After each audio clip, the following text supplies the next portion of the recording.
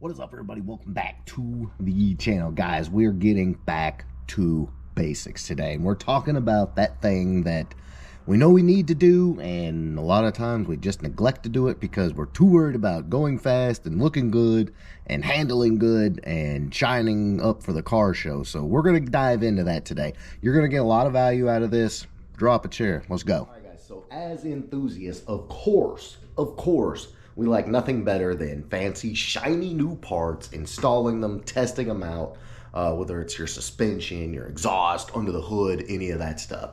But here's the thing. In doing so, a lot of times we overlook the important stuff that keeps our hoopties on the road. And that's what we're getting in today. I'm giving you the top 5 most neglected maintenance items on your car that some of them you may have thought about, some you probably haven't, and you need to go check after this video is over. All right, guys, for number 5, we're going to dive right here under the hood, and that is your serpentine belt. And you're asking yourself, well, how important is that? Okay, so most Fox body guys, or Mustang guys in general, will either run smog delete, underdrive pulleys, so on and so forth, which require a shorter belt or a custom length belt. What happens after that is we'll forget what in the hell belt it was, and we'll never revisit it. If you look at the ribs on the belts, okay, and go look at your belt right there in the ribs, if you've got between 1 and 5 cracks in that belt in a 1-inch span, according to Gates, the belt manufacturers for most belts, they recommend you replace that. So why is that so important? A couple of things, and I'm sure you know this, but anyway, if your belt breaks and you're driving down the road, your alternator ceases to spin, so you're not charging anymore. Number 1. Number 2, belt breaks, your water pump isn't spinning anymore, so no charge and overheating, you're dead in the water, period, end of story. So do yourself a favor, check your belt. It's not hard to replace, it's not expensive either. All right, so number 4 has to do with your wheel bearings. Now, if you've upgraded your car to 5-lug like we talked about in the recent video, and you've got the sealed bearing assembly off the 94 and up, you don't have to worry about these. But these are a serviceable bearing design, and they have to be repacked. If you don't repack these bearings, which basically consists of pulling the rotor off and pulling the inner and outer bearings and all of that out and repacking them in a good quality grease, you're going to do a couple of things, one of which is destroy your bearings. 2, you could score up your rotor and have to replace the whole rotor assembly. And I've seen them get as bad as you would have to replace the spindle because of all the scoring on the spindle. So, not only that, guys, but that's gonna, as they wear out, you know, your wheel's gonna have quite a bit of play and give you abnormal wear on the tire. So number 4 is repack your bearings. Always check your bearings, jack it up, wiggle your tire front and back, and you know, just make sure they're good to go. Easy insurance. LMR sells a great kit that has everything to replace them. They're not expensive. Definitely worth it. All right, for number 3, we're going to move back here to your rear end. Now, what happens a lot of times is someone will put a gear in the car, okay, which will require you to put new fluid in it, and they'll like go and sell the car. Well, fluid's fresh, they just put a gear in it. The next seller, oh, it just had a gear in it. And the rear end fluid never ends up getting changed. Now, if you've never put a gear in it, and maybe you just don't even think about it, yes, there's fluid in that 8.8 rear end that lubricates your ring and pinion, all your bearings there at the center section, your axle bearings, all of that is lubricated by the fluid inside your rear end. Now, all it is an 80W90 with a little bit of friction modifier dumped in for your traction lock.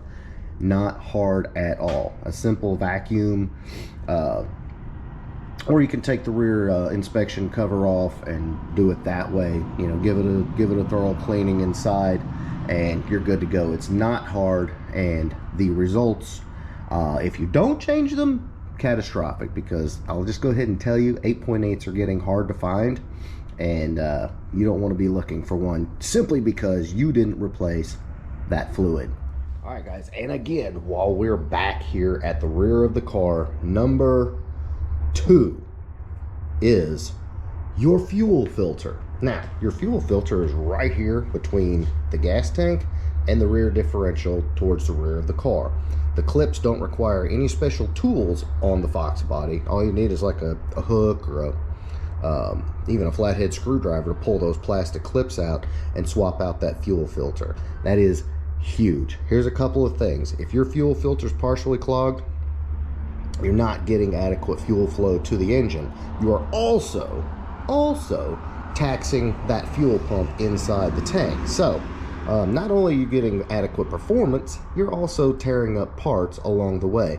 So changing a $15, $20 fuel filter is very, very cheap insurance that almost nobody does, that will take you about 10 minutes with basic hand tools. So definitely, most certainly, get a Motorcraft filter and change that dude.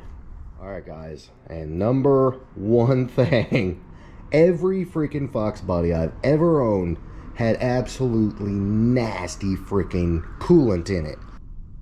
Everybody always says the heater cores go bad on these cars all the time. The radiators go bad on these cars all the time. Here's the thing, guys.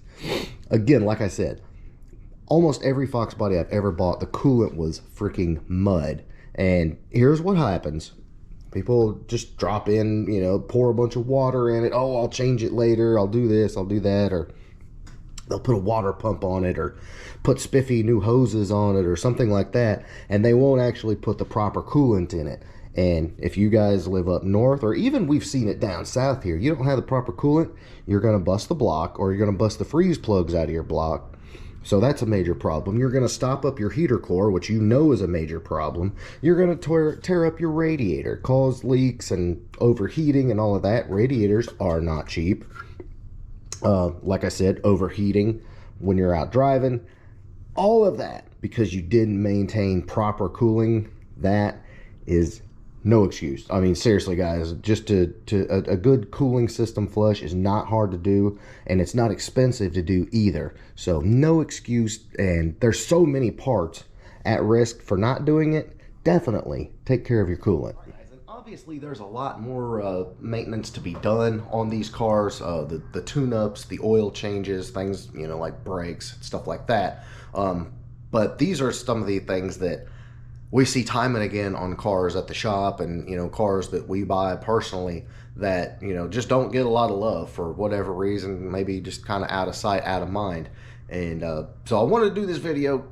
Go check your car over. Like, you know, maintenance, it actually can be fun, and you know your car is taken care of, and you know it's tip top. It's definitely a win-win. And there's other things that a lot of people don't do, like, you know, going back and checking your timing. Your timing can, you know, slightly over time get out. You know, check that. Look at the wear on your tires. You know, these cars are old. Bushings on the suspension wear out. You know, check all that stuff. The main thing, guys, is keep it safe, and, you know, don't spend a bunch of money that you could have avoided by some simple maintenance, because that sucks.